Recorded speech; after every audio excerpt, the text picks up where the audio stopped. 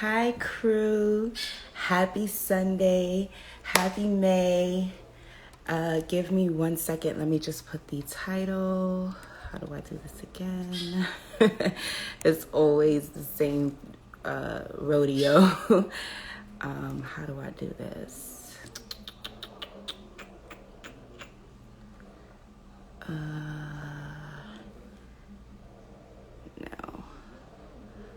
I think I may have to do it after the fact. I don't really want to stress myself. Okay. Hi, crew. Happy Sunday. Happy May. Welcome back to another crew chit chat. I'm so excited to speak with you guys. I actually miss you guys. I've been MIA this month. I've been working on a project, focusing on a project that's really important to me. So I had to step away from business and just get my personal life in order. Anyhow, I hope your May was everything and more. I hope you guys manifested all of your desires, and if not, you already have some manifestations lined up. Today I have my good friend Prima. She is back, and today we're going to be discussing her second self-published book, The Caged Bird and the Bees, the sex talk we forgot to give Black girls. And I'm so excited to have her again back with us, just to discuss the book and just what is going on within the Black community. So I'm going to add her into the live.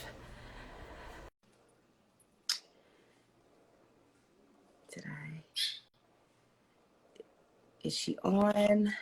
Hey, beautiful. Hi, gorgeous. How are you? I'm great. I'm You look sorry. I great. was trying to get my lighting right and everything. Listen, while you were talking about lighting, I was over here playing with my ring light, trying to figure out the correct, the correct shade and whatnot. But the lighting looks good on you, so no need Thank to you. worry. I'm so excited to have you back again. Yes. This is just so divinely aligned that it makes my heart warm. Who was that? I want you to introduce yourself to the crew. I know the first time I had you back in February, we were discussing love and all things love, and that was a little fun chat, and I did let them know a little bit about you, but I would love for you now to introduce yourself to the crew, let them know what it is that you do, and how they, well, also you could drop your handles too in the beginning of the live, because we'll do it again, but you can drop your handles if you'd like as well. Yeah, so I'm sorry, I'm here just sending out some invites. Me too. I was just doing that right now. I'm actually sending it over to everyone right now. All right. Let's see.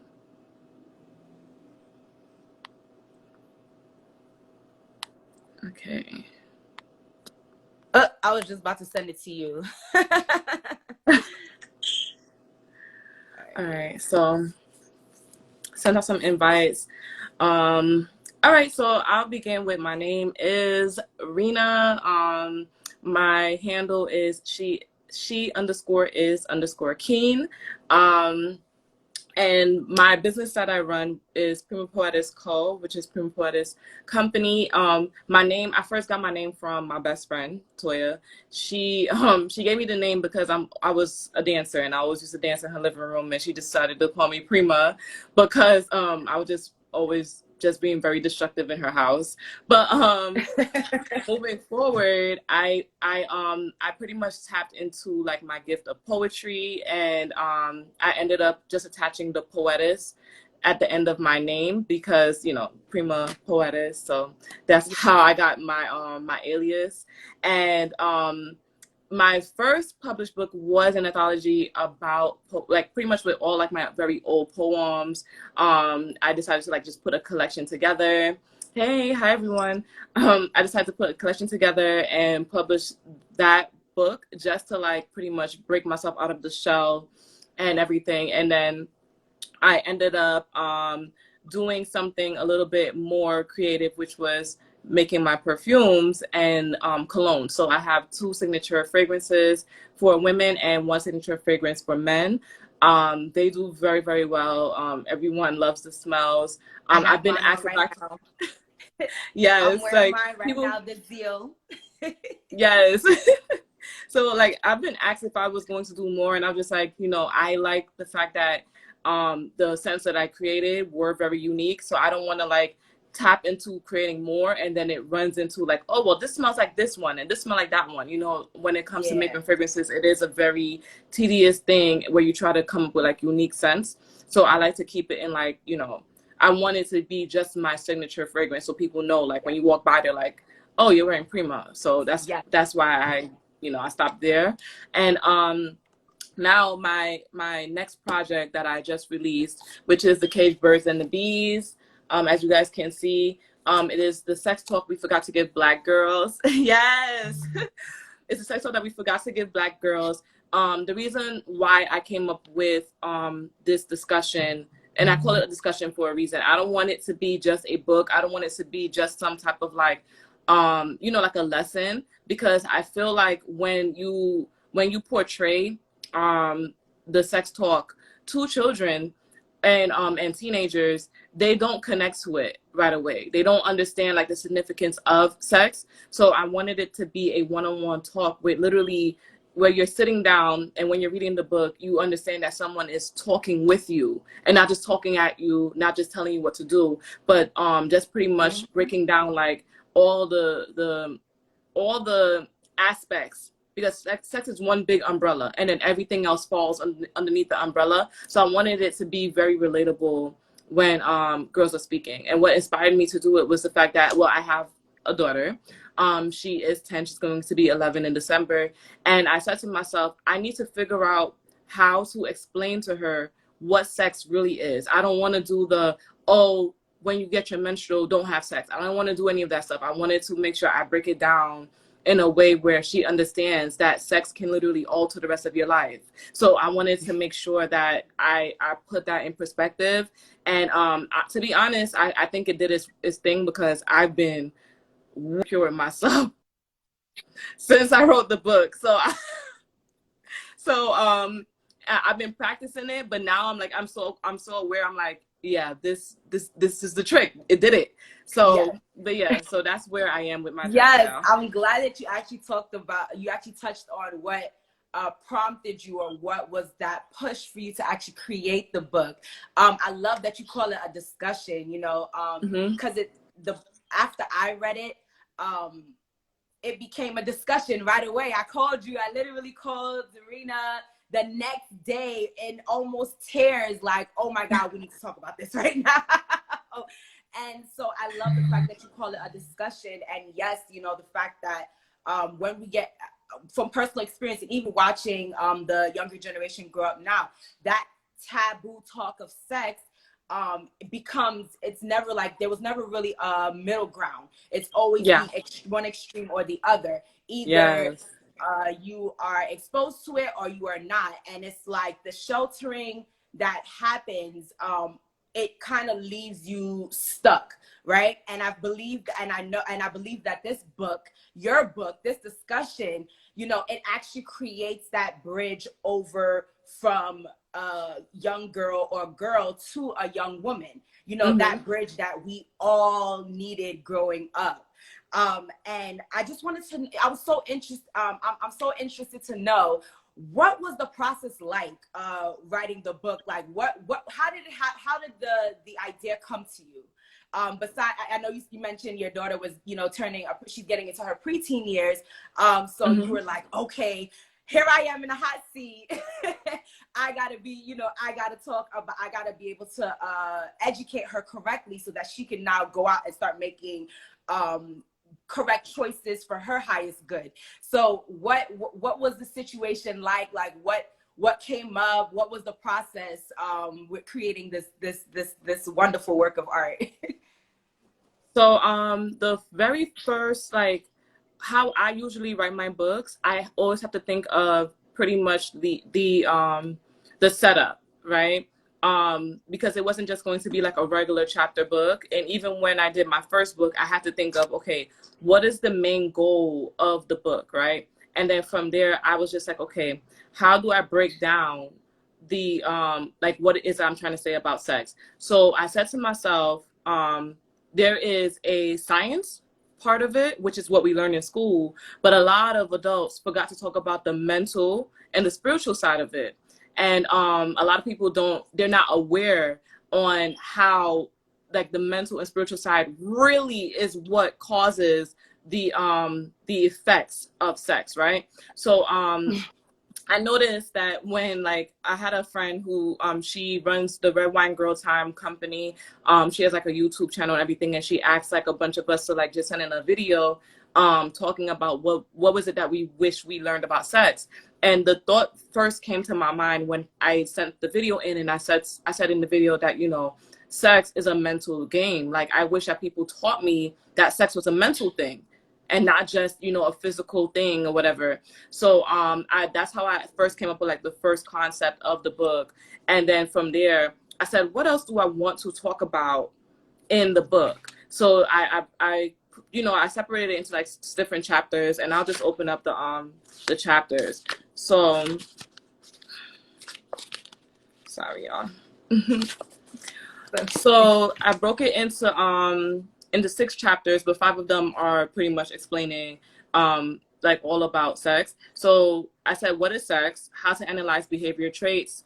What is courting? Relationships versus unrelationship? Generational deficit and versus generational wealth? And then the rites of passage. So that, like, I felt like all of those topics actually fell underneath the umbrella of sex, because I mean, you know, sex is a part of procreating, but we also have been doing a lot of destroying as well. So I wanted to touch that very, very deeply, because I wanted to be more like a red flag kind of book versus like, okay, well, this is what you do and this is how you enlighten yourself. No, I wanted it to be very in a very realistic way. So yeah.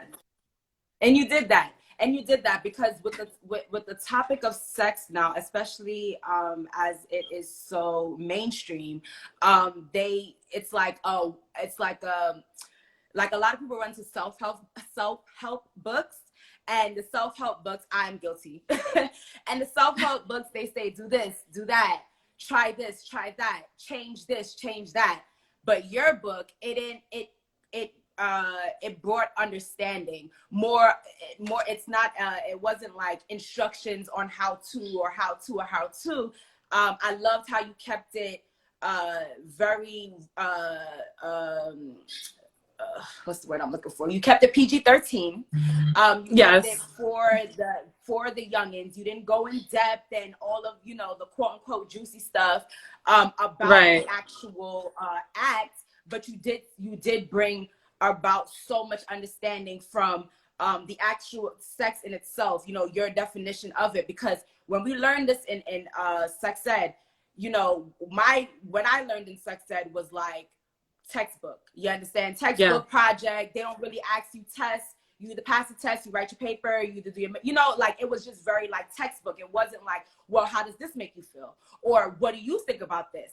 Or what is, so that they didn't take that extra step for us to truly understand it. And then like, I love like with the mental, they don't talk to you about the mental, and then the spiritual, it becomes shaky because I went to Catholic school for high school, and then I went to a private school for majority of my life. So that religious aspect was just like, don't have sex before marriage, point blank, period. We're not even going to talk to you about it. You understand? We're not even going to really like have this conversation, because it's something so it was deemed something so like, oh my God, shameful and bad and sinful. And it's like, well, curious minds are going to be curious no matter what. If I feel like if they actually sat down and asked what our understanding was, at least then it would click to us, you know, that difference between talking with someone opposed to talking at them. You know, we would take it, I took it back then as you know, you're talking at me, you're telling me, okay, I got to read this chapter about this specific STD, or this chapter about birth or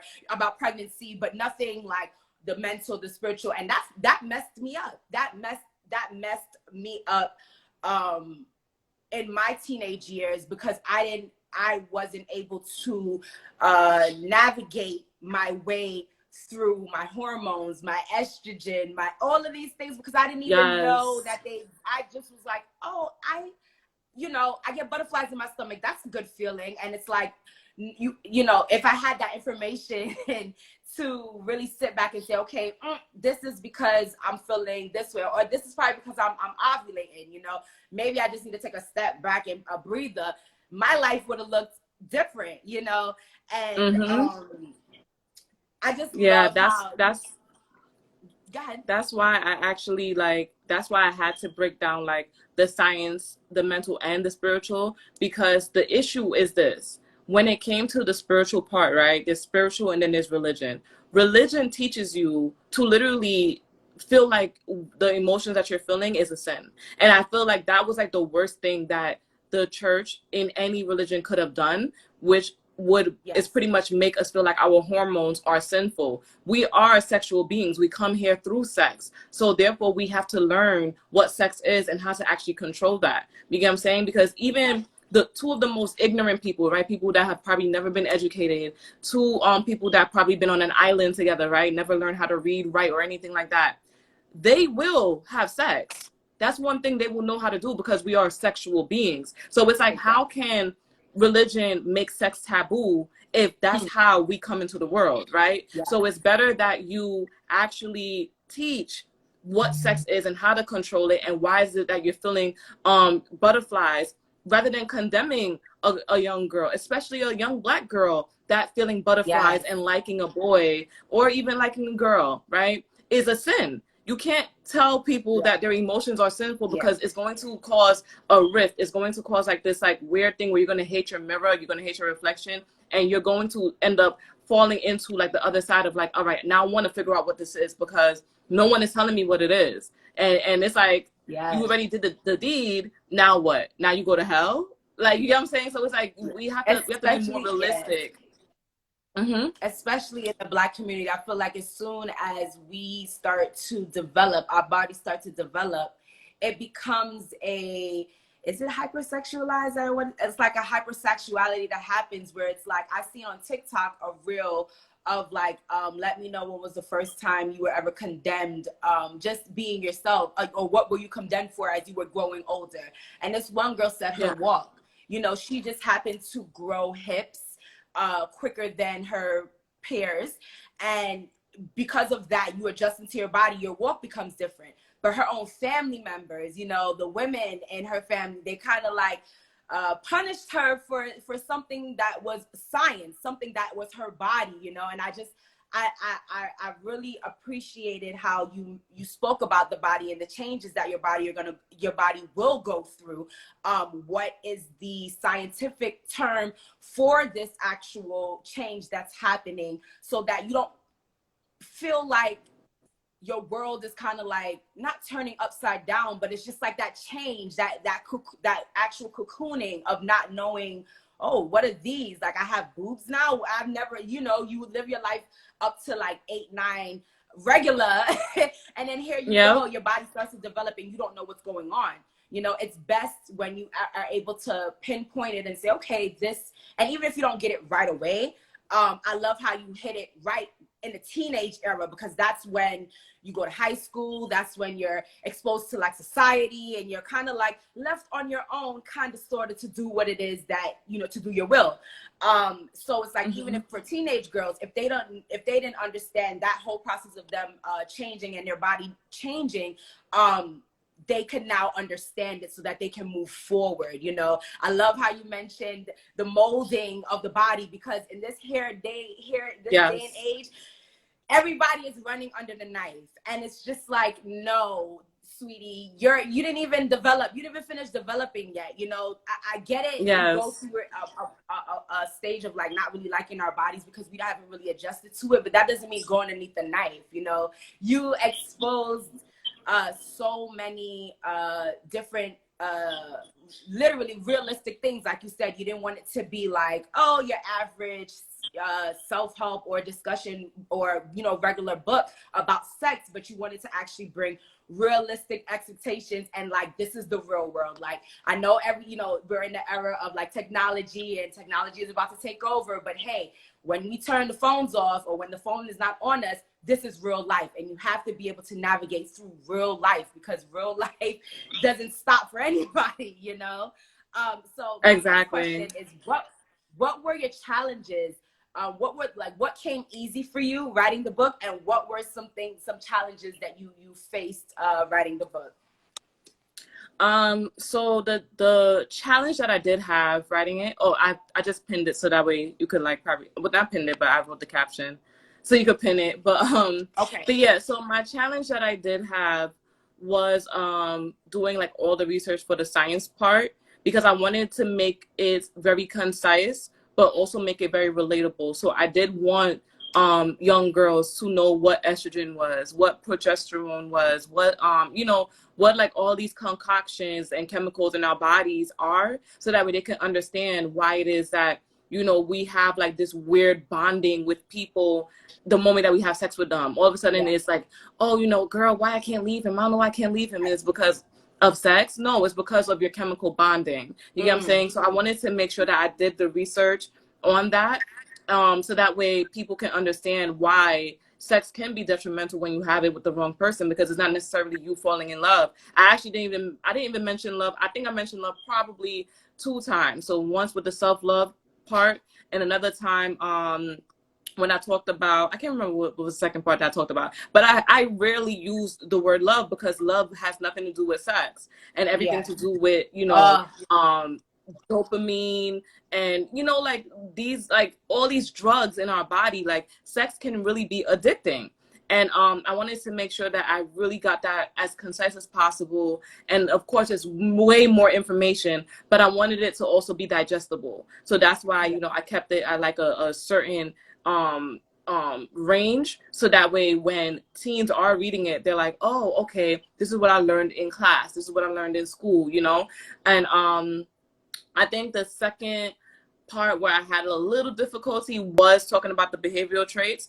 I realized that I'm moving towards like more the psychology part, and I wanted to make sure that I break down the traits that we tend to entertain in ourselves and in relationships and with friendships. So I wanted to make sure that, number one, we address who we are first, the negative traits that we possess, the negative traits that we are attracted to in friendships and relationships, and how to actually overcome that. And I always put in like this reinforcement of therapy in the book, because I know that there are going to be women and teens that are reading this book where some of them have come across traumatic situations when it comes to sex. So I wanted to make sure that those like are 3 you know, key categories that I touched on in a very concise manner, so that way people can start to open up their eyes, like, wow, dealing with somebody that's abusive, dealing with a predator or you know, or other, these are not normal things, you know. I wanted to make sure that I shed light on these things, and I try to do it in a way where it's like it's still sensitive to everyone that's reading it. So yeah. Oh, you just leewayed right into what I was gonna ask you. So the traits, I called it when we spoke on the phone. I said, girl, you got me doing shadow work and I didn't even know. So like in the midst of shadow work, right? Because everybody, especially in the spiritual world, or, you know, Instagram world, shadow work is key, right? Shadow work is the thing that we want to do so that we can embrace our shadows and be better. I said to you over the phone, shadow work is fun. Shadow work is not fun. Shadow work is shadow work, but it becomes difficult for you to actually meet your shadow if you can't name your shadow. If you can't name the shadow, or if you think you're on the fence about this 1 or 2 things, or this 1 trait or 2 traits, you could wind up lying to yourself, believing that you've met your shadow, but all it could really end up being is like ego, right? Anyhow, So with the with the shadow work now, when I read that next portion of your book, the section of your book with the traits, with the narcissism, the type of female traits, the type of male traits, I had to sit back and the intrapersonal versus interpersonal. I had to sit back and not for the first time, but for the first time in a while, I was able to sit back and say, who am I, Ebony? Look at this book and be honest with yourself, because what Rena did was she named it. She named all of it, okay? So what you're gonna do now, and sometimes it's when you see it on paper too, you can't really run from it, right? When you're thinking it in your head, your mind is gonna tell you, oh no, you know, you may be, you may have a godlike complex because X, Y, and Z, but really and truly, you need to check that, right? So it's like, to see it on paper, you cannot run from it. You understand? Yeah. If you're reading it and you're into this book and you actually want to you have the intention to be better, you can't really run from what you named. And you named, I mean, it's a whole spectrum, but you kind of nailed it, you know. And I had to sit back and I had to check myself. And like I said on the phone, the shadow work became easier, because now when I'm doing shadow work, or if I'm doing releasing ceremonies, or if I'm doing anything with pertaining to shedding to become new, right? Or to welcome the new, I can actually pinpoint these things. I can highlight, as you instruct, you know, in the book, I can highlight these things and say, all right, I have a little bit of this, or I have a little bit of that, or, you know, I may carry this or not. Okay, shit. Excuse my language, but oh, dang, you know, this is me. I didn't even know this was me, but okay, I can resonate with this a little bit. And it just helps you to, because we as women, we are always shedding, physically, mentally, spiritually, you are always shedding. We have the strength and the power to always emerge from whatever. And I feel like with being able to, and we're able to attract, that's the third thing I want to say. And we also have an attraction, right? We attract things subconsciously, consciously. We're always attracting, whether we know it or not. So once I was able to read through your traits and the different types and all of that, I said, oh, okay, I understand now why I attract so and so and so and so and so, or why I attract this type of friendship that didn't work out, or this type of relationship, because I was exhibiting this type of behavior. Like, it was just like, it was and why I call it like a piece of shadow work is because it makes you feel some type of way. You know, everybody has this. Everybody wants to be good, and everybody knows that, okay, yeah, I do this and do that. And then there's some people that take it and they want to play victim with it, and so on and so forth, where it's like, once you take accountability, you can always move forward. that was the main thing that I wanted to touch base on, because of the fact that when it comes to the hypersexualization of the Black community, especially with Black girls, the issue is that we actually normalize the shadows and we hide the light. And that was the issue. And I wanted to make sure that I addressed all that was wrong, that, you know, these negative traits that a lot of us do carry, and it's a large collective. Because let's be for real, right? If we didn't carry these traits and normalize them, then we will all be living, you know, we will all be products of like 2-parent households. No one will be born out of wedlock. There will be no infidelity, right? But actually, we are the largest carrying race of all types of dysfunction, whether it be through religion or atheism, whether it be through poverty or even money. You know what I'm saying? There's a large normalcy when it comes to highlighting the dark side of us and making it normal, and hiding the light, and confronting that. And I do think that why I had to add that in the book is because, like I said, you mix sex in with that, and it's literally a recipe for disaster, you know? And if we want to go deeper, it's going to cause us to stay in poverty and stay under there the next like 30 years. We're going to have a net worth of 0 if we don't get control over our sex. You know, if we don't take control over our autonomy, if we don't take control over the fact that we are marrying into like very devastating situations because we keep on highlighting our dark side and not highlighting the light side, not going towards what would work, how to vet, how to point out red flags. And I think that right there is just like the largest, the biggest thing that I wanted to address, just because of the fact that it's like you keep hanging around or being that person is going to carry you into another realm of where you don't want to be. And then you're going to wake up 30 years from now and be very upset with yourself because you ignored what was right and you went with what was socially wrong. Yeah. So that's why I wanted to address that. I had to address the behavioral traits when it came to that. Yeah. So I'm curious, when you were writing that section, did you, was it like shadow work for you? Did you find yourself falling under the category of like the traits you found yourself? And what was that like for you? Like so, what how were you able to kind of like navigate through that now that you named it for yourself? So with navigating through that, the way that I was able to do it was I was revisiting, like I said, my old poetry and things of that nature. The way that I was super vulnerable because I didn't have guidance and, you know, like proper parental households where, you know, I was able to get like love from my parents. I was looking for it in other places. I was like depending on like someone to come and save me, things of that nature. I know for a fact I wasn't like the pick me version. I feel like pick me's are like the worst ones because they literally put women in danger on account of trying to win the gaze of a man. So they're very male centered women. They live their entire life to try to impress men, and they will literally kill another woman to do it. That's not me. I would say I was more so on the docile side.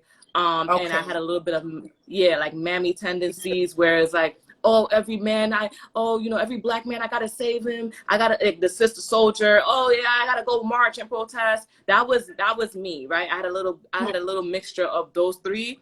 And when I started coming to my senses, I realized that these were learned behaviors.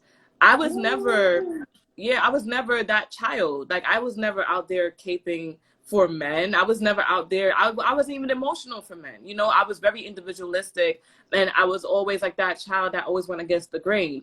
I will say that I've always been like very, you know, social justice, you know, like, because I think it's because like I'm a dark skinned girl and I had to like grow up defending myself a lot. But I realized that as I got older, like being out on the front line and protesting and I was like, this doesn't make any sense. And I realized it got to the point where there were grown men. They would see me out, like, you know, if I take a picture at a protest, they're like, "Oh, you're so strong, queen. Thank you for being on the front line with for us. Thank you for protecting us."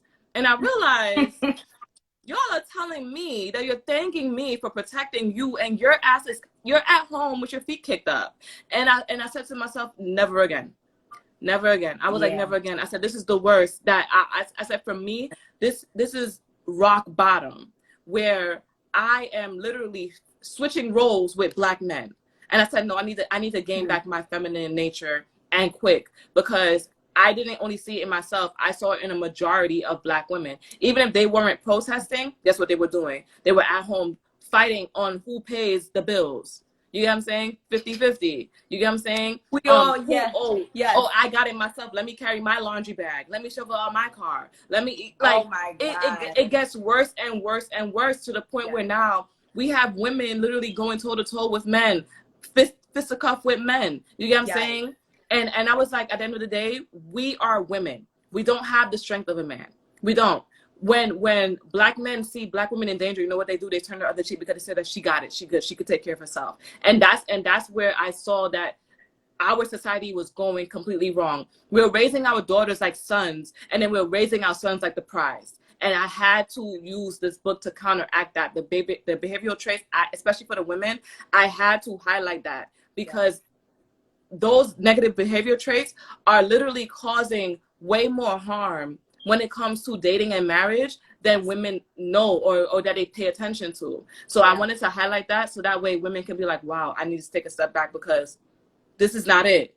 Like, Yeah. it's not it. I guarantee Yeah. if there is a marriage right now where women and men are arguing over, like, pretty much, oh, who's running the household, or why is he not doing enough, and things of that nature, she reads the book, she's going to realize, oh, wow, the reason why he's arguing with me on who pays the bills and how he wants me to do 50-50 and how he doesn't want to do any chores, he doesn't want to go out and work as much, is because I'm literally acting like his roommate. I'm acting like a man.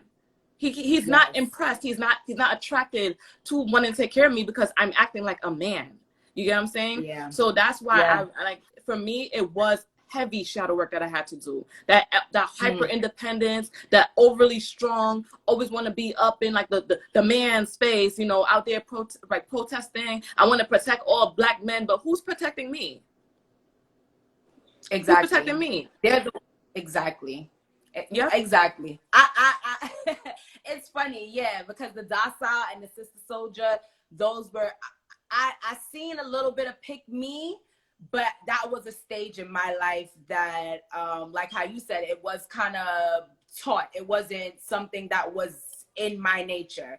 I used to joke with my friend, my good friend, and we used to be like, I'm a strong, independent woman. I don't need no man. We used to joke like that, but the power in your words, you know, the power in the things you say. And the reason why I used to say it was because I grew up watching my mom be both my mother and father, providing for the house, and then whatever time she has, nurturing us as well.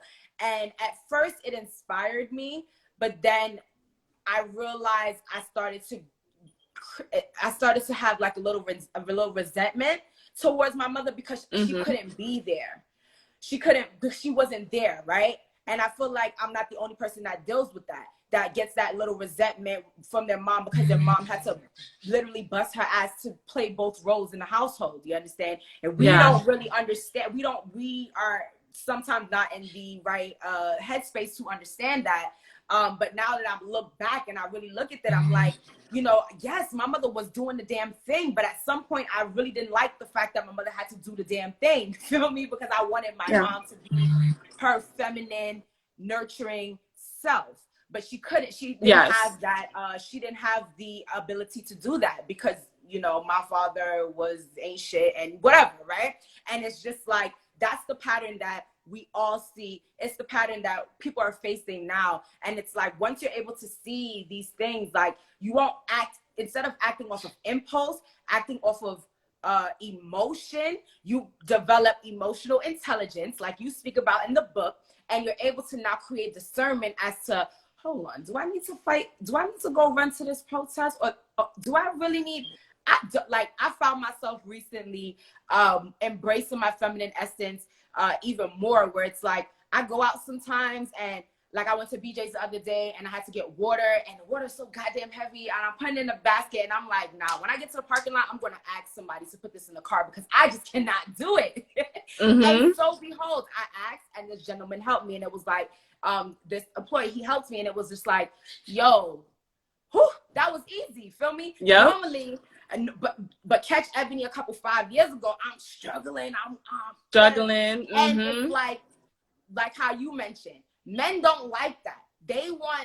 We hear it, right? We hear the men actually speaking about the type of woman that they want. Not saying that it's all valid and all facts, but you know that one thing they're not saying is they want a masculine woman or a dominant woman. They're not saying that. They're saying they want somebody to be able to be the yin to their yang. You understand what I'm saying? And we can't, it needs to be able to blend. So yes, it may be working for you and being in your masculine energy as a woman, but at some point it gets tiring, you know? I unevolved, I think it was an unevolved intra personality where I used to, where I gave and I gave and I gave and I gave.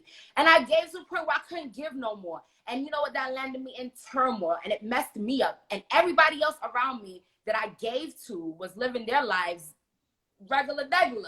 And I'm the only one that's messed up. At some point I had to be like, whoa, what is this? What am I doing? You know, and then I realized that just being taught and watching my mom had play those two roles, I thought that that was the regular. I thought that that was going to be my life. I knew that in my head and in my heart growing up, I was like, listen, I'm gonna have my children, but if I become a single mama, so it is. You understand? Because my mama did it, so I can do it too. And that was the issue. No. Mm-hmm. Yeah, and it's like, no, that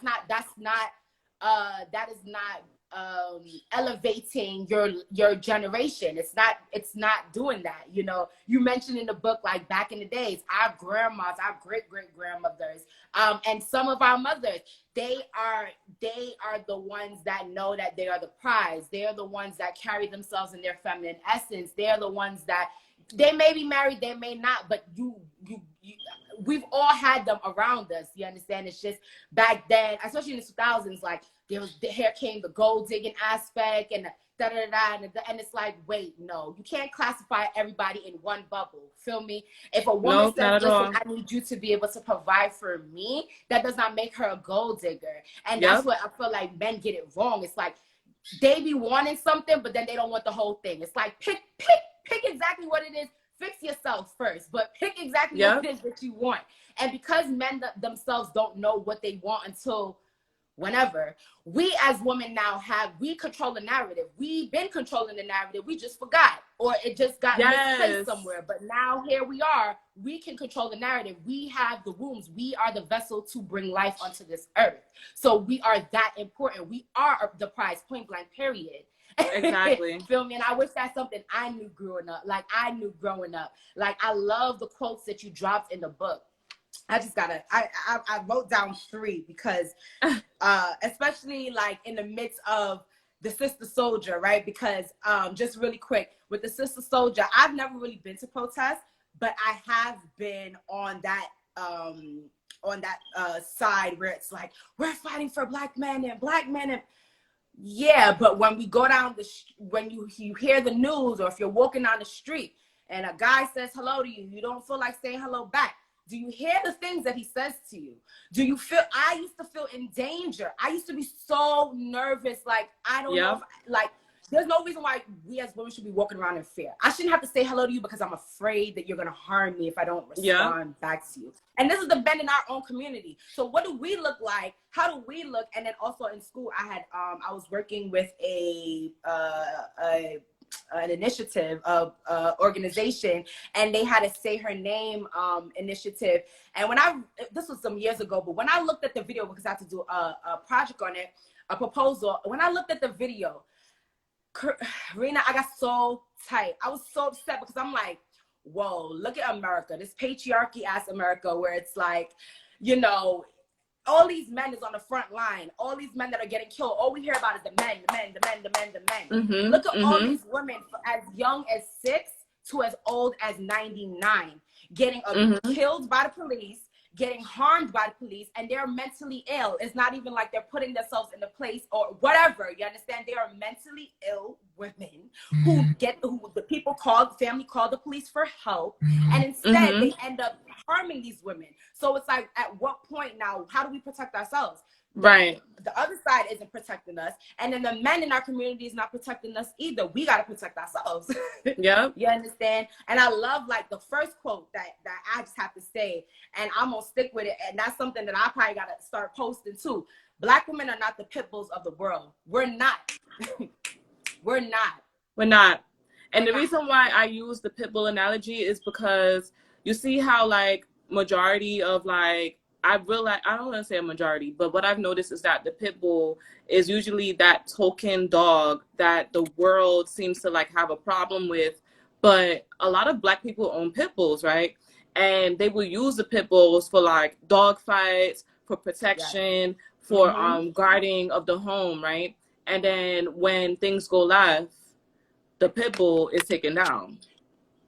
And that's exactly how Black women are used. Especially the Sister Soldiers, like, they're used as guard dogs, but the moment that you decide to, like, bark at your owner, things go left, and then you get put down. And I wanted to make that very clear analogy of the fact that Black women, when you put yourself on the line to be masculine, and you're stepping in that masculine energy, and you don't know how to get out of it, guess what happens? The world puts you down. whether it be mentally or physically. They literally they're killing Black women, and they're saying they're blaming it on how masculine we are. Like, you see our image everywhere, standing in the face of authority, standing in the face of policemen, getting tear gassed. You get what I'm saying? Like, and a lot of people, even with the tear gas, when you put yourself at a protest, the tear gas actually has something where now it's messing up women's menstrual. There are some women that went to like a protest last year, and they spoke on like this app, and they said that how a lot of them, like, they did not get their menstrual since. You get what I'm saying? So it's like that messes with your hormones, you know, when you don't receive like a regular menstrual. So it's like you're literally being the pit bull for the world, and not only just for the Black community, pretty much Black men, right? But you're doing it for other communities. Whenever there are children in cages, whenever someone needs to change some laws, the Me Too movement, you know, like, it's just the list goes on and on with how many world wars Black women have been used as the forefront soldiers. And then the moment that we call out to the world says, you know, you're being too masculine.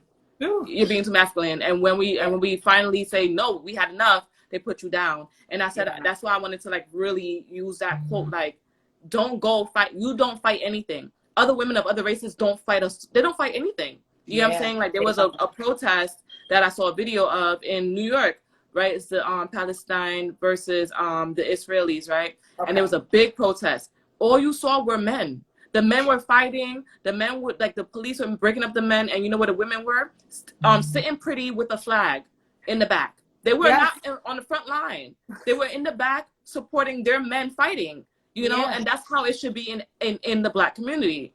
So no, I feel that. I really do, and I just want to say, like, at some point, you know, well, our elders, some of them did not have the ability to be able to bask and thrive in their feminine essence, and poverty is a playing factor in that. It is. But just because we've seen that and we experienced that does not mean that we need to continue to live that or bring our children into that. It needs to be, we have to stop it. It has, and it has to start with us. Men want to lead, but they don't really know how to. So therefore we have to kind of like lead one another. Also, just within the sexes, as women, we do have to be able to protect, teach, and guide the younger women, so that they don't fall into the same traps that we did. Our parents fell into traps, and you know, because of life or whatever circumstances they may have, they couldn't really help us get out of it, so we had to navigate it ourselves. But now we have the baton, where we are at the precipice of our ages, being in your late 20s, early 30s, that we are now the aunts, the moms, the god mommies. And as much as we want to be the lit auntie and the lit mommy and the lit god mommy, we also need to be that person. If not anyone else, we do need to, if not one of those people, women in these young girls' lives that they can come to and speak to. And if we see something left going on, we have to be able to step outside of ourselves, because I know we're in a healing, we have trauma, we have to heal too. Yes, but I don't want to say it's not enough time, because there's time in the world, but time is going, and we have to be able to grow up our children, our nieces, our god babies to be better than us. You understand? We're breaking the generational curses, and we're doing this and we're doing that, but we're not paying it forward by looking back at the younger generation and the people that actually need us, because they were like us. We didn't have guidance. we didn't know that we could get guidance, because at some point when I was reading it, I was like, dang, I wish, you know, back then somebody told me it was okay to get a guidance counselor, okay to speak to an elder about whatever outside of your family. I wish. But they need us, you know, and sometimes they don't even know that they need us, and we have to be that light, you know, to lift the veil, because if not, the community as a whole is just going to be a continuous transfer of struggle, whether that be financial, emotional, mental, spiritual. It's just going to be a deficit. Yes. And you speak about deficits. I sure did. Naming things. Yes, I was making everything very tangible. I believe in tangibility, because I feel like when we use words like curse and love, and you know, like, these words mean nothing. It falls on deaf ears, right? Because like I said, if it meant something, we would be in much better places. And that's why I wanted to use the word deficit, so it can actually sting. You know, like we talk about generational curses, and we have been a cursed people for over 1,000 years, right? If we really dig into our history, the perimeter has been dropped. That's why we are where we are. So let's use more tangible words, right? A deficit, right? A debt, right? Losing money, losing wealth. These are actual tangible things. And like I said, not everyone believes in the curse. There are atheists that are living the same exact life, and that's for a reason. So that's why I wanted to use the word deficit, so that we're very clear on what it is that we're birthing into the world. We're birthing deficits. We're not birthing wealth. And I feel like even for like first generation rich, like they're losing their richness by the time they have children. That's the reason why. And it's because we are not vetting and dating properly. We're not dating with intention. And we're definitely not making children to be more quality individuals. We're building quantity, but not building quality. And I wanted to really touch on that, so that way we can get out of the deficit and fill the gaps in and start to build our wealth. So Yeah, because I see it with my own 2 eyes. I hear it on apps. I literally see it, right? And it's like, at first I'm like, I don't know what to do, you know, let me just worry about myself. But no, that's not it. It doesn't help the progression of the community. And I was on your Facebook, and I seen that has shared some one of your posts where you were like, you pro-black. You became so pro-black that you became pro-self. And I love that, because it's like, when you're pro-self, you sit back and you don't say, okay, what do I need to do for the community? But instead you say, okay, how can I contribute to my circle, my immediate circle? And then with the intention, it will impact, you know, a broader audience. That is come back to me. I'm losing pretty much what black women were doing. Black women were literally pouring from empty cups into building a community that doesn't love her back. And that was an issue. And I wanted to highlight that so much. Like, I preach individualism so much, right? And even as I'm talking about sex, which is something that includes two people, right? I literally only spoke to the woman who's reading this, the teenager who's reading this. And that's for a reason. I want her to understand that this book is only for you. This is to you, for you, right? And I want her to understand that every time she engages in something, be as selfish as possible. Even when it comes to sex, if it doesn't feel good to you, you stop.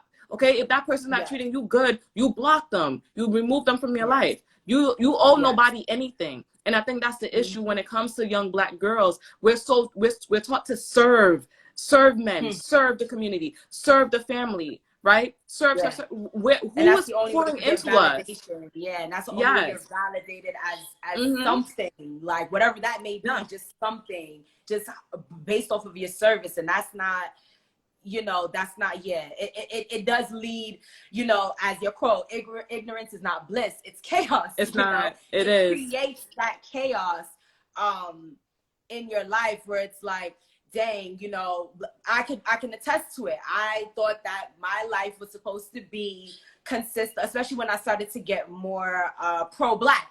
I was like, okay, well, I didn't know what I needed to do, but I know I needed to save a community.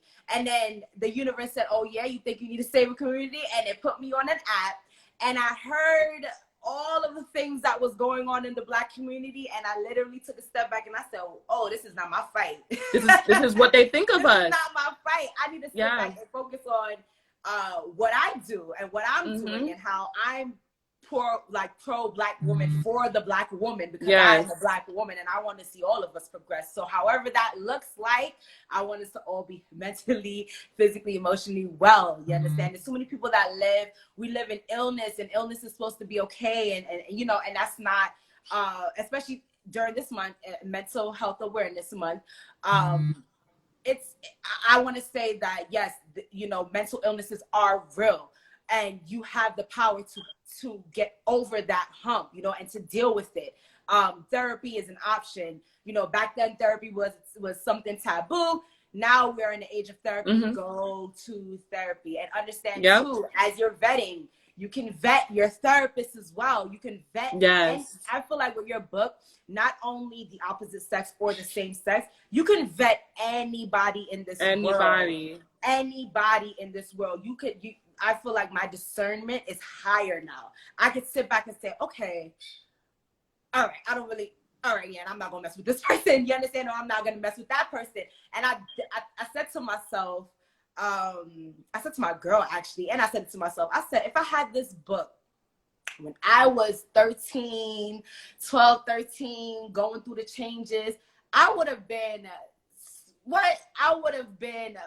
jumping, I would have been rejecting, I would have been acting here like, oh, no. I would have been out here just, no. I would have been dumping all these, I would have just been like, you understand? But we grow up in a, like, you have to be validated by this man or this Black man, or we're nothing, and it landed me in so many different positions that was just extremely uncomfortable, was not my morals nor values, did not line up. But because I had these emotions that was going on in my head that I couldn't really connect with my brain or my mind, right? It just led me into more and more and more turmoil. Like, I just really appreciate, you know, the fact that you really sat back and you spoke about the deficit, the generational deficit, because we tend to be so pro-Black, where it's like, oh yes, I'm a Black woman and I'm gonna marry a Black man or a Black woman and I'm gonna have Black children, and we're gonna, okay, that's nice, but what about stability? What about generational wealth, right? Because we always focusing on the curses or deficit, but nobody actually wants to talk about the actual wealth that they want to put in. I see girls on Facebook ready and prepared and willing to be single mothers, and I'm like, I knew that watching my mom grow up, I knew that wasn't something that I wanted. But who said it was okay? That's what kind of like, that's what comes up in my head, where it's like, where did you see or hear this? Well, I can't say see, because now in movies and TV, we glorify the Black struggle, right? That's what they're doing now. We do. And one thing I wanted to like address, right? The single mother thing. If it's that important to you, right? As a Black woman, you want a child and you don't care that the father exists. Sis, there are foster homes. There are babies that need to be adopted. I feel like as a Black community, we push women to have so many babies only to throw them away. Do we actually care about these kids? I think that's a real question that a lot of people have to ask. Do we actually care about the Black race? Because if we did, we would take care of who's already here. If it's that important, if it's that serious, adopt, get a foster child, and do that. Because one thing I hate to see is that children who are a byproduct of a broken home, and it's a broken home from the start. Like, we get it, like, you know, sometimes in relationships, and it, like, after a few years something happens and it's becoming a very, like, intolerable thing. But to wake up and actually plan on being a single mom. And we see it a lot. We see it a lot in the American community, and we see it a lot in the Caribbean communities, especially, where people glorify the mama's baby's father's maybe, right? If anything else, adopt. Get foster care. The state helps you finance, you know, and support the child as long as you're taking care of the child. Do that. I would rather, at least that way, that's still helping the community, and you get to glorify yourself as being a mom. But to plan literally bringing another child into this world, and to plan not actually having a father around, that literally causes so much chaos, so much destruction, and a lot of deficit. Like, your child is not secure when your child has no father. And the worst part is we let these men get off the hook. And we're taught this. We are taught to not run after the man. We are taught to not take him to court. We are taught to not ask him to put that child on his life insurance, and put that child on his medical insurance and his dental insurance. We are taught not to chase down men for a part that they played in making this child. Okay, I don't need you. I'm gonna just do it by myself. And it's right. Like, oh yeah. I remember a situation when I was younger, and it just goes to show you, like, my mentor when I was younger. I had this friend. She basically was pregnant by this guy, and he wasn't. This guy, he had a baby. Like, his children like a month apart, right? So the girl was a side, or whatever you want to call it, right? And she was like, she don't know what she wants. She doesn't know what to do. You know, she's up by herself with this baby, and he's not gonna die. And that's what I said. Go put him on child support. Oh no, but you need help, right? Go put him on child support. Put him on child support. That is what is put in place, right? Things happen. So not saying, you know, right away, but there's help there. You understand? You're mad because you're scared because he may decide he want to blow you up on Facebook and be like this. So what? You understand? He wasn't speaking to talk when y'all were laying down. He wasn't talking to talk when he was trying to vet you. You understand? For whatever for his own selfish intentions and reasons. Feel me? Like, I love that I want to mention that you said in the book, like, any man telling you that he wants you to have his baby, that is disgusting. That is not a compliment. No. Yeah. We grew up in the era of the breed me want, breed you, all of this. Yes. Supposed to be. And back when we didn't, well, I don't want to speak for everybody, but back when I didn't really know my worth and understood my worth, that it wasn't a compliment, but it was just like that. It was mind manipulation. Yeah, it was manipulation, because when a man tells you that he wants you to have his child, it makes you feel like he wants a part of you. I mean, or he wants you to have a part of him, right? And that's why I said that we need to literally, like, change our mind frame, where when men tell us, oh, you know, I want you to have my baby, we're disgusted because, number one, where is my ring? Where is my ring? And do you have the funds to put me in a container where I can be safe, where me and my child can be safe? And when I'm pregnant, I'm not working. When I'm pregnant, I'm kicking my feet up and I want to be taken care of. Are you prepared for that? If you're not prepared for that, then we are not discussing any babies. We're not, a matter of fact, we're not going to have this discussion at all. You can have a nice day, because there's a man that already has the deal right here for me in his hands. Hey, I got the ring, the house, the credit, the IRA, the stock, all right, the nest egg. Okay, if you don't feel like working, you don't gotta work for the next 1 to 3 years. Like, there are women really living this lifestyle, and here we are still struggling to get a man to say hi to his child. That's an issue. And Black women deserve better.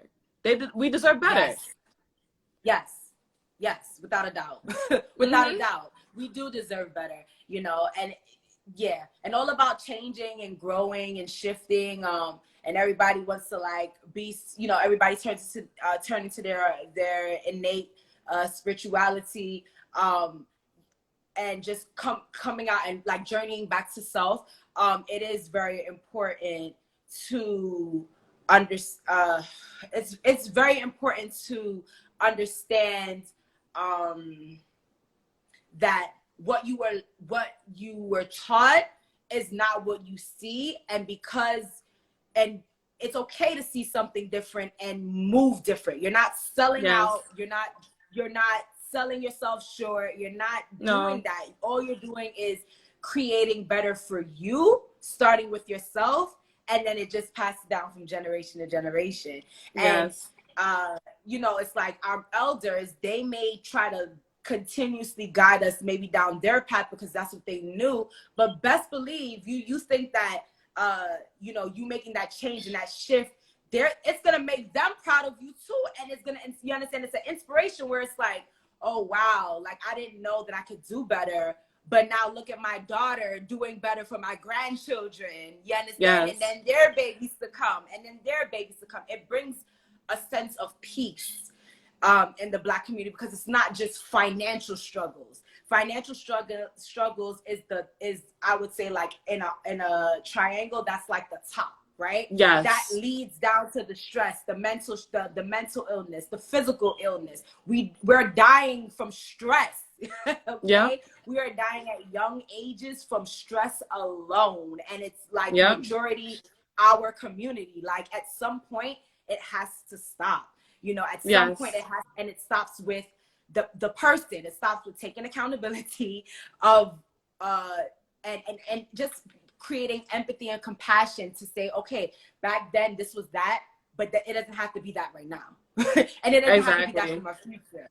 You know, and I feel like with the Caged Birds and the Bees, you provide that outlet, that allowance to say, hey, Black girl, young Black queen, your mama or your auntie or whomever, the woman in your life may have messed up, but you don't have to, you know? You don't have to. And not at all. Like I said on the phone, like it literally healed the 12-year-old Ebony, the 9, 10, 12-year-old Ebony that needed that. I didn't know how much I needed it. You know, I don't think people know how much they need something until they actually have it in their hands, and they're like, wow. You understand? They're like, wow, like who would have thought, you know? And one more quote I want to actually just touch on is the pressure is for diamonds, not humans. How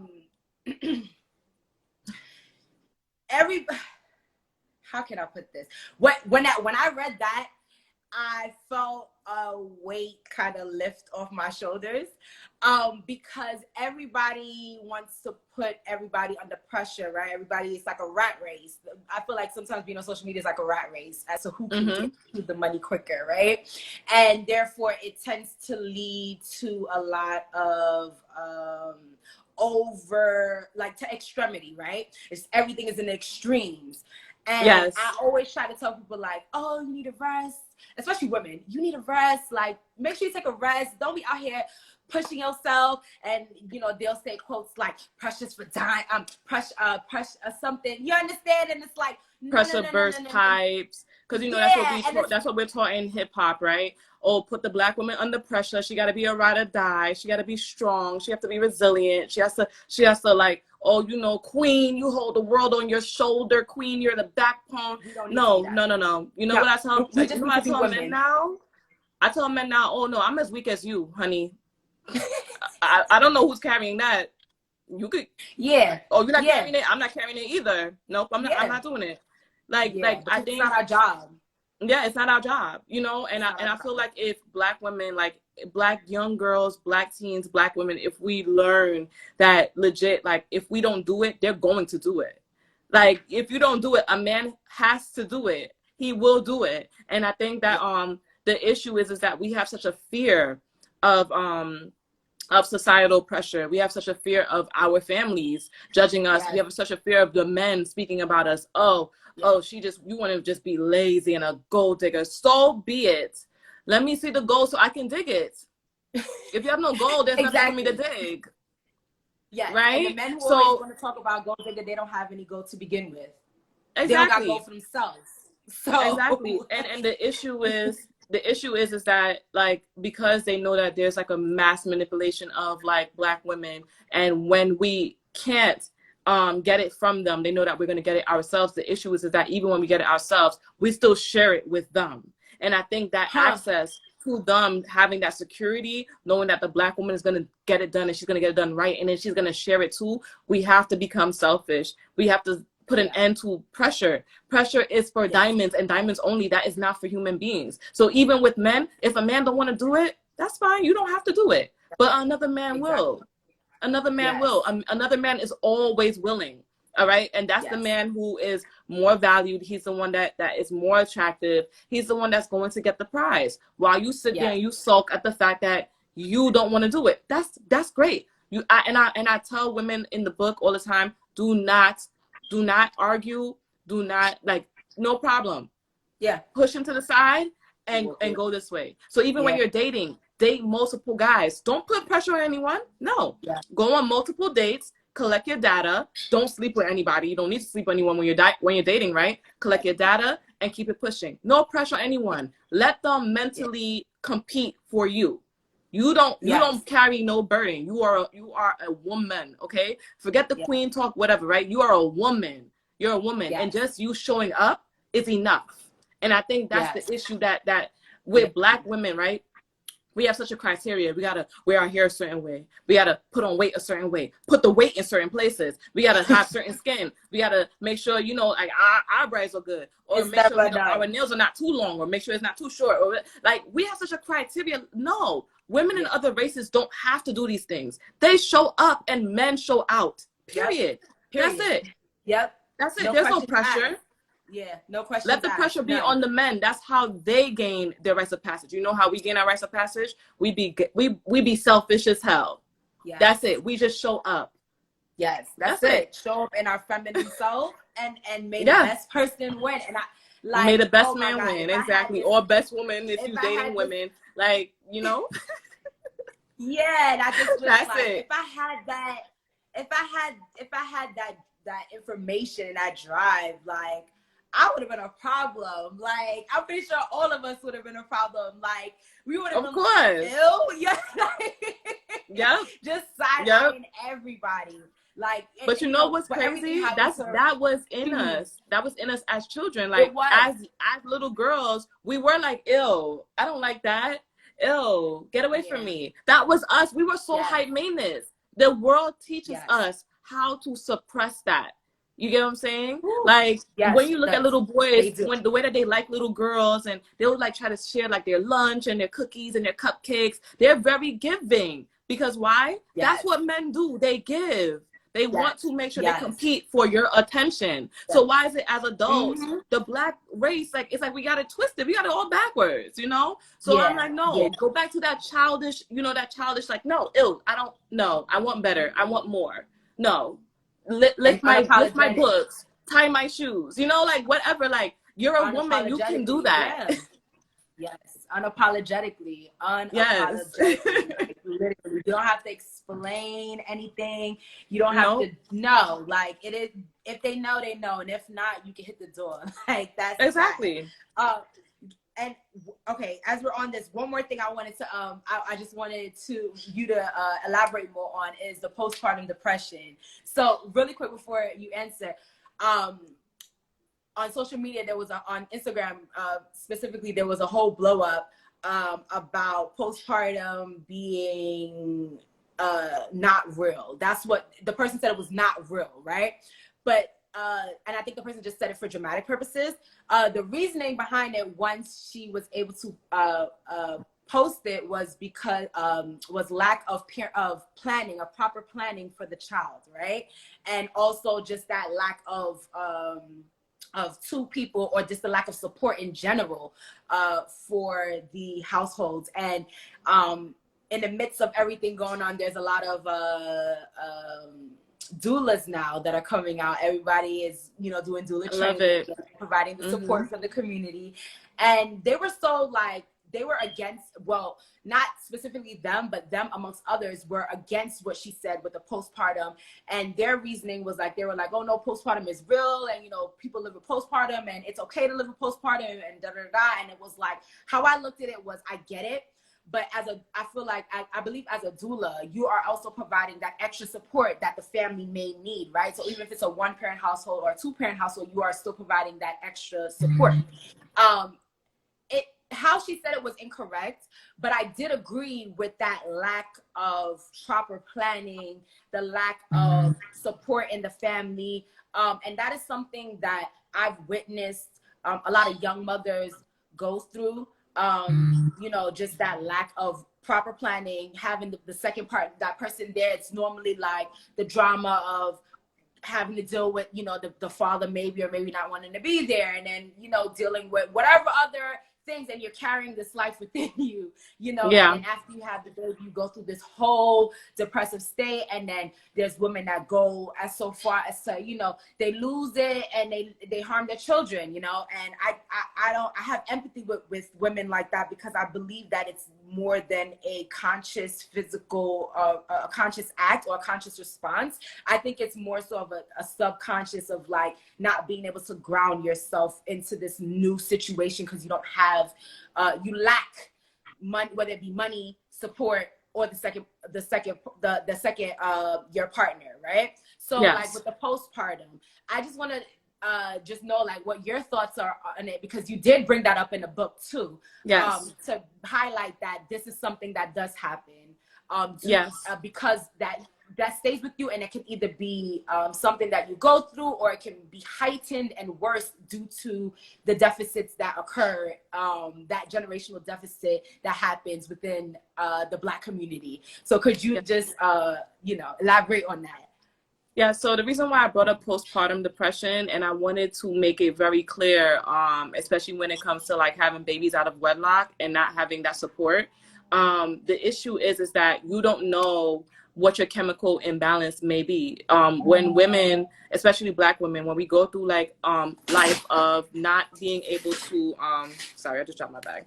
But yeah, when we go through life and it's very stressful, we lack that complete triangle of Maslow's, you know, hierarchy. Yeah. The issue is that we tend to, where we lack, we tend to overpour into, right? So when you add a baby into that mixture, your hormones and your chemicals are already overreacting and trying to like make up for whatever it is that you were already lacking in the first place. By the time you have your baby, if you don't have enough dopamine release to love your baby, that's why I don't use love as often in the book. Love is technically a chemical between a mother and a father and their child together, right? Yeah. So we already have like this thing where, number one, a lot of mothers have given birth where the father is not there in the Black community, right? 69% of babies as of last year, 69% of them were born out of wedlock. God knows how many of those men stayed to do skin to skin contact with their own child to have that dopamine release. Now, if that mother doesn't have enough dopamine release because other chemicals are trying to pretty much measure up, right? For whatever it is that she's feeling in that moment, the loneliness, the stress, and things of that nature, she doesn't have enough release. That, you know, when she gives birth, she's not seeing her child. She's seeing something that she got to take care of, and right? And therefore, there was no love there. And when she starts to feel that stress and that burden of, I can't do this, like, I can't do this, then there's no consciousness in controlling her subconscious mind, which then she wants to harm either herself or the baby to get rid of whatever is pretty much toppling her equation. That's why I push heavily, please do not plan a baby out of wedlock. Like, please do not do it. If you've already done it, okay, but moving forward, try to find a secure way for your existing child. And if you don't have a child, don't plan a baby out of wedlock, because you don't know what challenges you may be facing. Even married women, some of them suffer postpartum depression. So if you are a single mother and you don't have family support nor the support of the father, that can be detrimental to you and your child. And there's no one there to pick up the signs that you're not yourself, you know?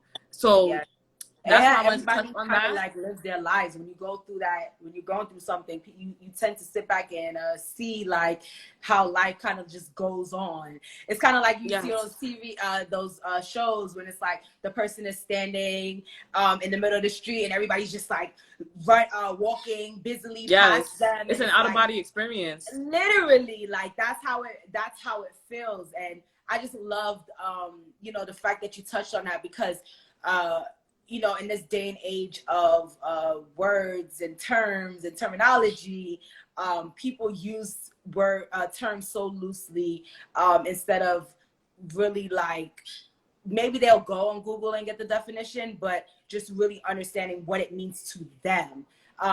And that just, it takes a lot of work to do. So the easiest thing to do is to just learn the terminology and then figure out how to use it, right? And I just love the fact that the Cage Birds and the Bees, it provides that work, it provides the work in front of you so that you can now make that decision for yourself. I know you wrote, you started the book specifically because you're, you know, intentionally for your daughter. What was the impact that the book gave her? Did she read it in full, or is she like going through it little by little? So she didn't read it yet. I'm planning on waiting until, like, you know, when her cycle kicks in. I may actually do it when she starts middle school, because honestly, in middle school, let's face it, I think that's where we all really learned the vulgarity of sex. So I think I may just do it in September. I'll sit down with her and start going through the book. I already started teaching her about the behavior traits. So that's something that I just talk to her one-on-one about. I'll get more technical with it. I'll probably like skip over and start talking to her about the behavior traits, and then skip back, and then you know, start talking about like the sex and everything like that. So I have my own way of like pretty much introducing little parts to her about it. I already started teaching her about how to look out for predators, red flags, and things like I've been teaching her that from since she was about 4. You know, I tell her, like, you know, what do you do if somebody tries to touch you? And I tell her, like, you know, she says, like, oh, kick them in the middle of their legs, scratch them so that there's DNA. Like, she knows these things, right? Yes. So I want to get into the more, like, you know, where her hormones start to kick in. I want her to understand what all of that mean. So, you know, it's little tips and tricks that I already like pulled from the book long before I even wrote it, and I started like, you know, exposing her to it. But now, like, in depth, I'm going to sit down and I'm going to have like the discussion with her chapter by chapter, just so that way she is aware, and she's not, you know, like when you expose someone to something, they're not impressed by what these little dusty boys and dusty men are going to, you know, like try to use against them. Like, no, I'm good. My mom already showed me that trick. She already told me that trick. She already told me that trick. You know, so like I want her just prepared to not ever be impressed by men that with bad intentions, you know, and by boys who are just like, they're fully loaded with hormones. They're gonna be perverted, whatever the case is. I don't want her to be impressed by it, you know. So and I think it worked for me because I waited until I was an adult anyway, so I was not impressed by boys. But she's her own person, right? So I don't want to risk not telling her, and then, you know. So I want to make sure that I educate her. So Do you feel more confident about going into it now that you created this book? You feel more confident and more of like knowing. That's the vibe I got from the book too, where it's like, okay, this ain't that hard to go talk to my, you know, my future children or any young girl around me that has questions. It's no longer something that's shameful or sinful or like destructive. Especially once it's a constructive conversation about it. I feel more confident. Like I feel like you done helped me teach my inner self. So now I'm more secure to be able to pay it forward to anybody, you know, who is willing to listen at this point. And how did the book impact you? Like how has this book impacted you? Like within writing it, creating it, and I don't know if you read it after the fact. Well, you self-published, so you did read it. So how did it impact you? It just made me very, it reassured me because growing up, like I said, I was just not, I'm not going to say that I wasn't attracted to boys or men. I was not interested in what they had to offer. And I think that was because I was living in my higher self, because I knew that I deserved more. I learned to suppress that because society was putting like a whole bunch of pressure on Black women, like, oh, you know, you dark and you gotta take what you get, and you know, or go be in this relationship, go be with this boyfriend, blah blah blah. Like everybody was so boy hungry, and I wasn't. And I think at like that moment where I did become an adult, I was still very ignorant about sex, like, and I think that was the part that I really I regretted for a while. I had to learn to forgive myself for that, but because I was so ignorant about the mentality of sex, that I wanted to make sure that I don't end up in a situation like that again. And when I did the writing process, I just, like, you know, I went through the emotions. I you know, I just had to feel it out. I didn't shed tears at all until I was writing the ending, which was dedicated to my daughter. I think that was like the most like emotional part for me, because I knew that because I did this book, I'm literally going to change her life and the course of other little girls around her, to make sure that they don't ever have to feel the need to carry on the Black race and to pop out babies and to, oh, do it on your own. No, I'm literally changing the course of all these little girls' lives with this book. And I think that was like the biggest impact of all. And then the fact that like I've gotten like DMs from people who were just like, yo, like, you know, hey, I have like an 11-year-old, 12-year-old niece and goddaughter and, you know, daughter. And they're like, yo, like, I'm picking up signals here. Like, you know, can I get the book? Da, da, da. And the fact that people are literally like, they're telling me pretty much, I feel like I wrote it in the right time. Because the ages, like I said, my daughter's about to be 11. And like I said, middle school is where the vulgarity just hits the roof. So I did it at the right time. And now I'm literally helping people who are going through the emotions of trying to teach your kids about sex. And the first thing I tell parents who discover that their children have found out about it before they got to speak about it, I tell them straight up, listen, don't flip a gasket. I understand it's going to be hard not to be upset, but don't go to them angry. Sit down and start to educate them. That's why I wrote the book. Sit down and educate them. By the time you're done educating them, they're gonna be disgusted, because they're not. I think the biggest fear, right, when it comes to learning about the fact that you can be mentally trapped by something that you're doing with your body, I think that's where you're like, oh wait, this doesn't seem right. I can go poor dealing with this. I can end up in abusive relationships dealing with this. Like, I feel like if you sit down and take your time day by day while you're at the dinner table, you're discussing certain parts of the book with your child, I think that's where it starts to like set in. Make it a reality, make it a part of their life. Don't detach them from it, because we're sexual beings. We're here to, you know, we're here from sex to have sex. We understand that.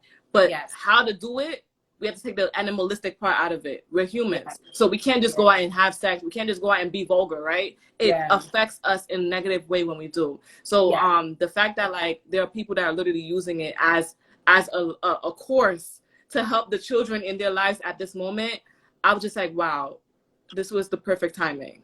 It was literally the perfect timing. Yeah, it is because you and I both know we see like the men, you know, well, I don't know about you, but I remember growing up and seeing like the older men who are in their like 20s, mid and late 20s, and they'd be interested in you. And back then you thinking like, oh, I'm lit, but like when you really look like back, it's like, no, they were predatory. Like, that's a little off. What do you want with little old me? We're starting to see that pattern resurface in our generation with the men, and now we have to protect our children. Yes, because those are you know, those are the men that are catcalling little girls on the street. Yes, knowing that they have no business doing that. You know, so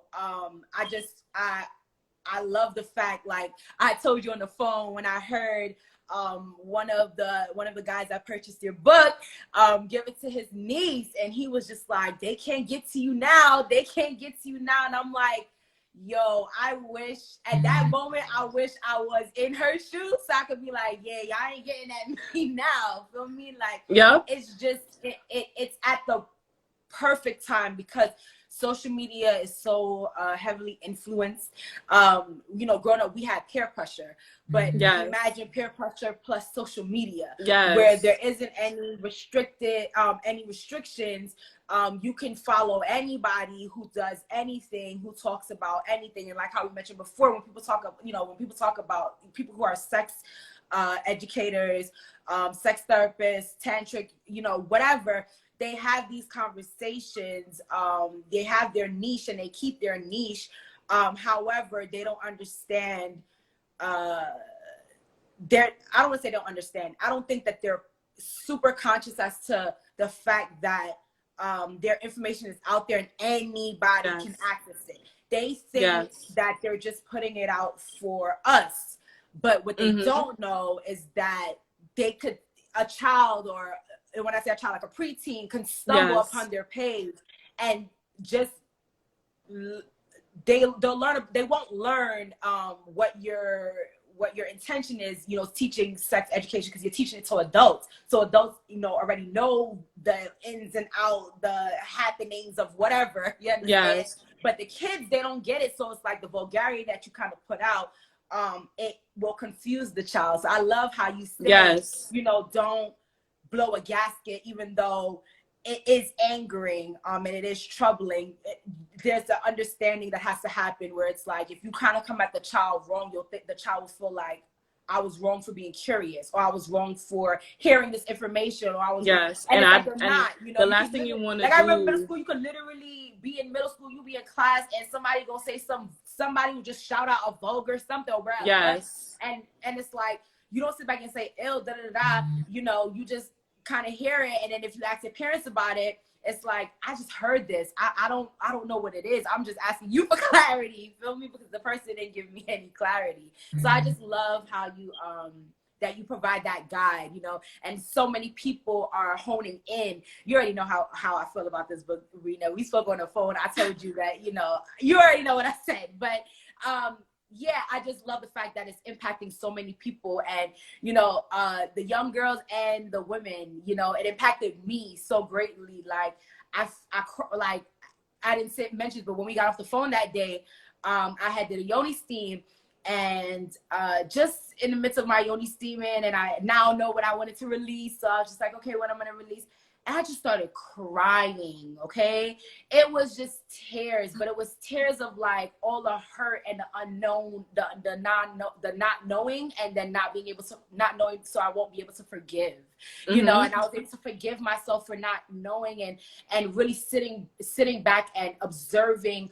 I didn't have anybody around me that was going to provide me the information that I needed. And they knew it, but you know, that taboo or that fear that they attach to it, it's like they themselves are afraid, you know, and it's like, what are you afraid of? And it could be something so innocent as a kid coming to you, as, you know, your book, The Caged Birds and the Bees, and something so small as like a child coming and saying, Mommy, how did we get here? How did I get here? You know, it's literally like, sex is literally a part of life. That is a part of life. So it shouldn't, you know, it shouldn't scare anybody, you know, it shouldn't be a scary or a taboo topic. It is something that needs to be spoken about, you understand? It needs to be, of course, with proper discernment, but it does need to be spoken about, you know? I read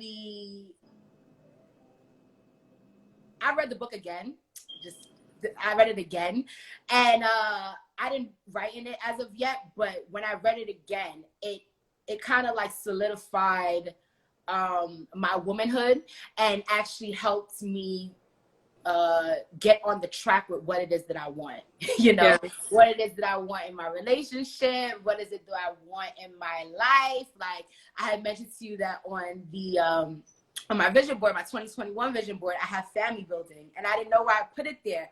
But now, as I read your book, it's like, okay, that's the type of energy that I want to start living in from now. Everything that I'm doing, it's not just for me. It's not just for me and Babe, but it's for me, Babe, and our future children. Like, we got to start, you know, providing the security and creating that net for us, because I don't have it. You know, I sit back and I'm like, You know, my parents, my dad, I love him, but I don't think he's leaving anything for us. And it kind of frustrates me because it's like, you can't, you know, you migrated here to make a better life, you know, you had 2 children in the States, and it's like, at some point there has to be something left. You can't just leave me with debt, you know, and then in turn, now I have to sit back and say, I accepted it, I moved forward from it, and I'm like, I don't want to see my children live in debt, or I don't want to leave debt to my children, you know. Yes. There's kids, like we like in a community, Black men are dying, and you know, they're killing one another, and they're getting killed, and there is no life insurance, and there's you know, and it's like, you have 4, 5, 6 kids, like, what happens to each one of these children and the mothers? Because the mothers are the one that nurture and grow the children, you know, that it's important. It's not, and they shouldn't have to do it all on their own. Yes. If there was one thing that you would say to that you could tell to or you would say to your younger self, what would it be? Stay a virgin. Stay a virgin. Yeah. Because before that, I really did have the mindset. Like, I think I reverted back into the mindset of who I was before I got involved with sex. Like, because like I said, even as an adult, I thought I was grown. You know, I'm out of high school. I live on my own. I can have sex. And I didn't realize how damaging it was because I just didn't know. I really didn't know the dark side of it, you know. Yeah. And if I could go back, I would have just stayed a virgin and continued on my path. Me too. Maybe I would not have written the book. I don't know. But I will say this, because of my path and because of how protective I am of women in general, I do think that this was a part of my cards. This was the hand that I was dealt in order to change the course of many Black girls all over the world. If I had to be the one to do it, I wanted to at least write it down. And I feel like there are a lot of women that do know the trick. They're not willing to write it down. They're definitely not willing to share it, right? So I was like, you know what? I would rather be a sacrificial lamb and sacrifice my time and effort for young girls rather than do it for grown ass men because of race loyalty, you know? Yeah. So I would rather change the course for everyone else, even if I had to lose out a little bit of time and, you know, I had to cry some tears over it. So yeah, it was all worth it. It like, I'm pretty sure it was all worth it. Yeah. I see this book being the staple for our community for decades to come. I hope so. Book. Oh, I see it. I see this book being, because I don't want to say there's none like it. I don't want to say I don't know, but like specifically for teenagers and the way that you wrote it, that realistic point of view, I don't believe that anything, if there is any books, I don't believe that it will come close to like this, because there's a self-help and then there's a discussion, like you said, right? Yes. And this is more than a self-help. This is actually, you know, it's like a reading, like you getting read, you know. Yes. I really, first off, I'm so glad I manifested this book. I got 2. That's how much I love the book. I got 2. Thank you. And I hope that I will pass down the second one to my little sister when she is of age, so that she will be out in these streets playing, like, picking and choosing, and practicing proper discernment. And I definitely agree with what you say. Like, if I was to tell something to my younger self, I would tell her to stay a virgin too. And then there is no Prince Charming. None. There is none. There is no Prince Charming. The love that you are looking for in others is you already have that within yourself. Yes. That love, and I now, as we have this chat, I now understand why you stand on what you stand when it comes to love, because we do misconstrue a lot of things for love. A lot of people use love as a weapon. Yes.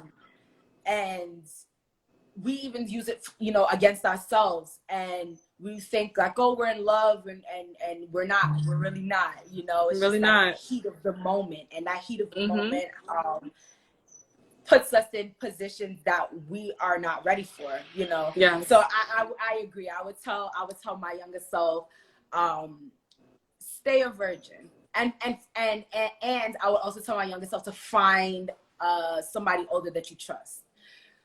Because I found myself not being able to express what it was that was going on with me. I had to deal with a lot of things in secrecy and by myself. But I'm glad that I'm here now. I, like you said, if we could change the things, we wouldn't be right here. Right, we wouldn't be here in this moment, spreading this message, progressing as individuals, and also paying it forward so that Black women, importantly, can progress. Yes. I love the fact that you provided, that you made the sacrifice, because yes, we as women, we tend to come up on something and we want to kind of be selfish, or not really want to like pay it forward because it's working for me, so I don't want to give it to this person, so that, you know. And like I told you on the phone, I said reading your book, it actually made me step back with my personal goals, and even just the goals for crew. And I had to sit back and say, all right, I know what I'm fighting for, but let me be a little bit more specific. Or, you understand, I know what I'm advocating for, but let me be a little bit more specific. Let me see now, instead of me reaching out to women my age or older, because they may or may not be set in their ways, I can target the younger ones, because they're still kind of impressionable. You still can make, they're still mold. You can still mold them to be the best version of themselves. They may be a little hard-headed, but they are willing to listen, and they do have that sponge mentality of, even if they don't understand or they don't want to listen, it's still kind of, once you're saying something constructive, because we do know that when you say something destructive to someone so young, it messes them up. So when you're saying, even if they're not listening to it, because we are like sponges, but when you're saying the constructive things to the younger generation, they're able to soak it up, and they may not, you know, thank you right then and there, but it does come around where they're like, Rena was right. She said that thing, and it was right. Like, she was right, you know? So I'm so inspired. Like, I'm so inspired by you. I love the fact that you do what you do. I know in the last live I had mentioned that you are the voice for the voiceless. But I think I want to change it up, and I want to just say, like, you are a true Aquarius. You state what needs to be said. I was thinking while I was brushing my teeth this morning, I was like, I wonder if Rena have any Gemini placements in her chart, because when I say you get to the point, you say what needs to be said and you stick with it. A lot of people don't have that courage. I'm working on it. I don't have that courage, but a lot of people don't hone that courage naturally, and you have that. And for that, you are able to provide that bridge for people to cross. And you already know, I told you on the phone, I wish you well. I want the best for you. It's up. And you as well, sis. You as well. It's up. And just thank you. Also, crew, I'm gonna let y'all know, if you want to heal your inner child, because we talk about healing inner child as women, we need to heal our inner child. And yes, it starts with the womb, but we also got to go back start from the root of the miscommunication, which is when when our bodies changed from babies, because I'm gonna say babies, from babies into young ladies. It needs to start from there. So please do yourself the favor of getting my boo's book and read it. Like, keep it, read it, use it, apply it. it's never too late to change your life. It's never too late to course correct. It's never too late to actually do the shadow work and move forward into the light. Is there anything else you would want to mention to the crew or to your followers about your book, or anything you want them to know? All I can say is that, you know, all they gotta do is just get the book and sit down with the younger generation. If you have, like, you know, young teens and young children that you may not have the language for, because that's the most important part, is language. Like I said, just get the book, sit down and read it with them. That's it. You know, like I said, my number one goal right now is course correcting our generation, so that way we can move forward into wealth. Okay, I don't want us stuck in the permanent underclass. I don't want us pushing out any more babies. If you are hungry to be a mom, please get a foster child. There's so many foster children out there, you know. Even better if you can get a child with a disability, and you know, just try to give that child love, or even like just like visit foster homes and like be an advocate to like just visit a child and you know, build a relationship with them, even if you don't have space in your home. But protect our wombs, protect our youth, protect our girls, love our girls. Stop raising them to be men. Raise them to be women and loved and catered to and poured into. We are receivers, so we have to receive in order to multiply and give. All right. You know, this is literally, I'm changing the narrative of black women. I have to change the narrative, and the only way to do it is to start with the youth, and I can't do it alone. So please do it with me, and that's it. Yeah. And we're doing it. It's gonna, and so it is. And so it is. Like, so it is, sis. Thank you so much. Thank you. This month. I'm glad to have had you back again. And I hope to have you again and again and again. Yes, ma'am. Yes, and crew, also to Rena's followers, my name is Ebony. I am a Yoni Steam and Usui Reiki practitioner. I am the founder of LiveSlayCRU, where we help women heal and reconnect with their feminine essence. I have crystals, I have jewelry, we have herbs, we have spiritual tools such as sage, Palo Santo. I have these beautiful bejeweled goddess adornments on the site as well. So make sure you follow and stay tuned for our next live, which will be in June. In June.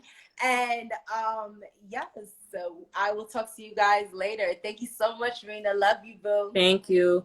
Oh, can you save this live and send it to me, and I'll just put it on my page as well. I would love for everyone to follow you as well. So yes, I'm gonna try to save it. Instagram has some way, like I think it's after hour or something. It doesn't save, but I'm gonna try to save it right now. All right, boo. Have a great rest of your day and a good week if I don't speak to you.